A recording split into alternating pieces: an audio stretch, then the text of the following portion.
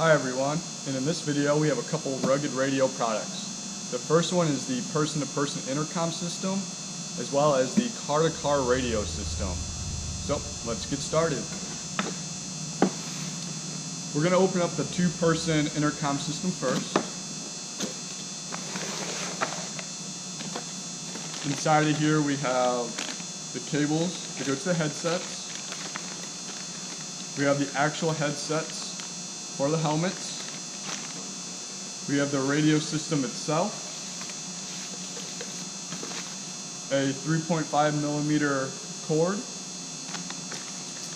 a couple mounting pieces, as well as the USB charging adapter. So if you have anything USB in the vehicle at the time, you can use this to charge it.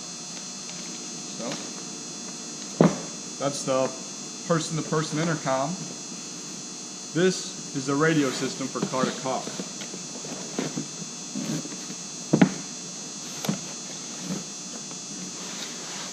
So inside of here, we have the push-to-talk buttons. We have the antenna. We have the coax cable for the antenna, as well as the radio itself.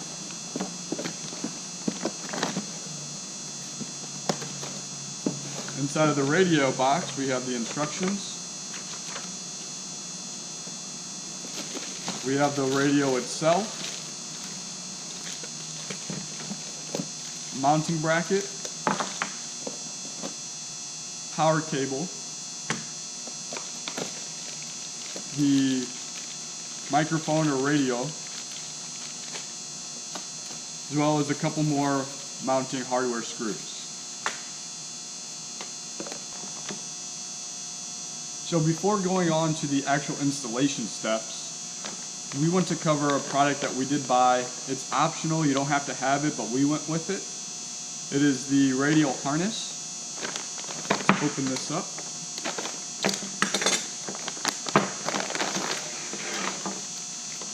The radio harness, instead of plugging your radio and your intercom system directly into a battery, you're actually going to plug it into this harness. This harness has an on-off switch, as well as things to protect it from surges and any interference. So you can install the radios without this, but you can still follow this how-to video even if you didn't buy it. It's just a few extra steps with this, but that's okay. You can skip over those. What this does replace, though, is this long cable from the radio system, as well as this cable from the intercom system. So all these cables were the ground and power for each of them. So we don't need those, and we don't need that. The first step is to take out the dashboard. Now if you're not putting in the optional accessory of the on-off switch, you don't have to do this, but we're going to be cutting a hole into the dash to put that switch in, so we need to pull it off.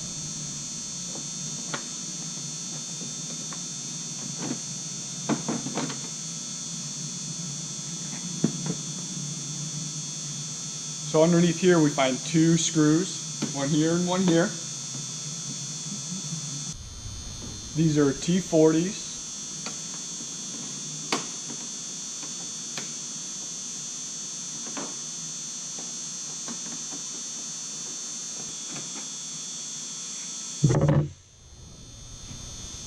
Now that that's off, they should just be clamps all the way around.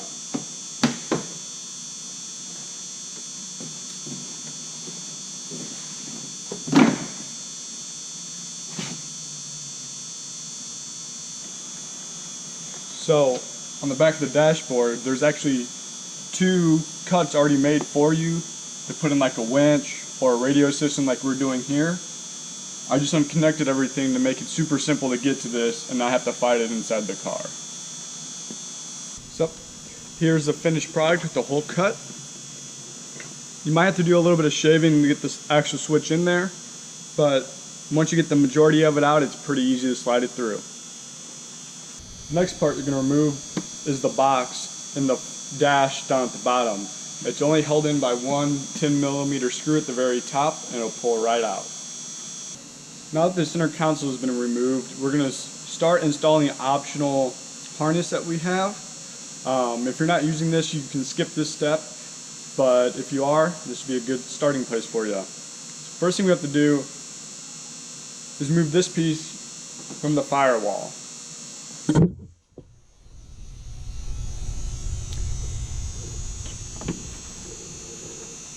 So this was sitting here. We pop that out, and then we're going to cut all these little slots open so that this becomes a hole for us to run the wires through. Now that that's been cut, we will reinstall it. The next step is to mount this to our firewall on the outside. Polaris has 6 positions for us to mount this to, and it has a supplied screw to do that. So this will mount out here like so, and the rest of these cables are going to run through our newly created hole in the firewall. So before mounting this here, I'm going to run all these cables through our firewall protector here.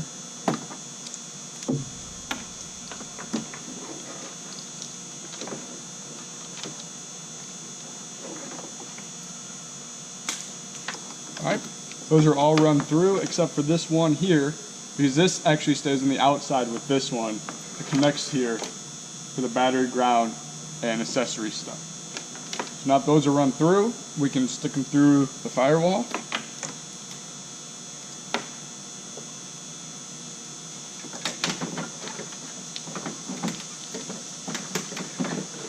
Now that those are run through, we're going to go ahead and mount our relay here.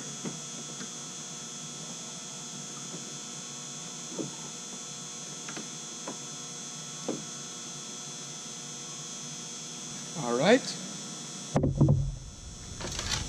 Now the next piece, these 3 wires are going to mount up here. Now depending on how you want this switch to work, it's going to depend on how you attach these wires. These wire lengths also depend on where you're going to mount this. So obviously we can't mount it over here because they won't reach. So we're going to have to figure out a way to mount it closer and still have access to get these wires attached.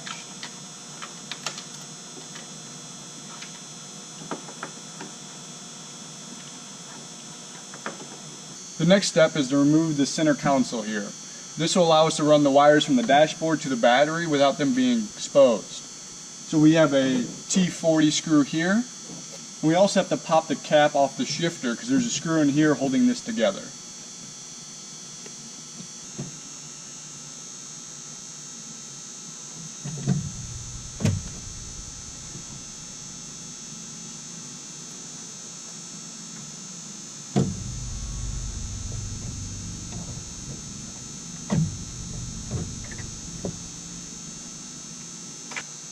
Inside the handle is a T25.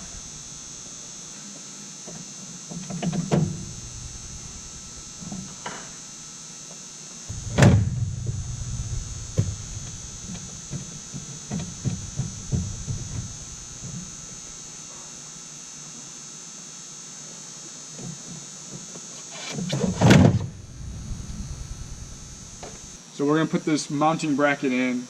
It goes where your box is that we removed in the first step. And it'll slide right in. And it takes 4 screws. They give you self-tapping screws. 2 at the top, 2 on the bottom.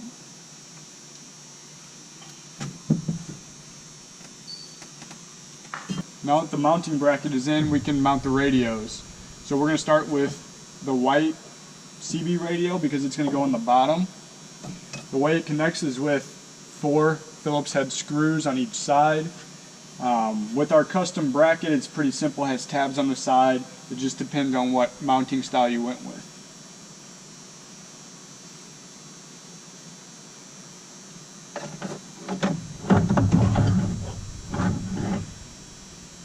So as you can see, we put both radio systems in the frame. Now the top one is not securely mounted yet because we got to attach different wires to the back, so that's why this one's sticking out. So the next step is to do the push to talk button. And so on this particular model, we're going to mount it to the steering wheel here. And it's just Velcro, so it can be moved anytime. And then we're going to take this wire and run it through the dashboard and around down to the radio.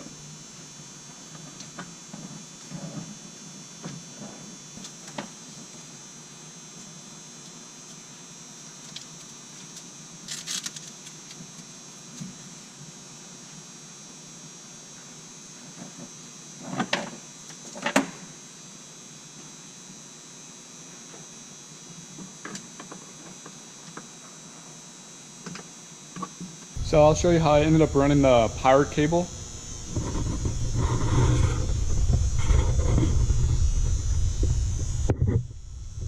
So I decided to come from the outside of the car and follow the other cables behind the firewall. Underneath, we will zip tie all these together. It will then come up underneath this brace, up around the shift knob, because there is a gap here underneath the console. Then it comes down and around, and it will follow the power cables into where the battery is. I went around the battery, underneath the brace, and down into this cavity. This cavity allows my power and ground to reach the terminals of the battery. So I'll show you how I ran the cable for the headsets to the radio. So here's the headset connector. Here's the cable. I ran it down and through the boot of the seatbelt, down through the boot. It actually comes out on the back side here and goes underneath this bar. There's plenty of space here. It comes out, and here it is. And then it's just gonna zip tie to our power cable we ran earlier. It's going to mimic that all the way to the front of the cart, and then it eventually comes back through the firewall back there, and it'll connect to our radios right here. So to run the coax cable, we went through the firewall here, underneath the hood, and up through the roll cage here. There's a small enough hole if you take it apart or you can solder and break the cable, you can come through this hole. It'll run through the roll cage and pop out right here. From here we're going to run it down this part of the roll cage and mount the antenna to the back brace. The last part of the install is hooking up the power at the bush bar. So in here you have two options. The accessory always goes to the accessory and the ground goes to the ground. But then the battery can either go to the battery or it can go to the accessory. If it goes to the battery, that means the radio system is always live until you turn off the button on the dash, which is an optional accessory. If you hook the power to the accessory, then it goes on and off with the key and you don't have to worry about it on the battery or anything like that. So that's up to you, but once you connect these in, you just put the cart back together and you're ready to go. So as you can see here, this is the finished product. The radios that are in, the switch is in. You turn on the key, switch LED comes on, but the radios do not until the switch is activated, and then your radios are on and ready to work.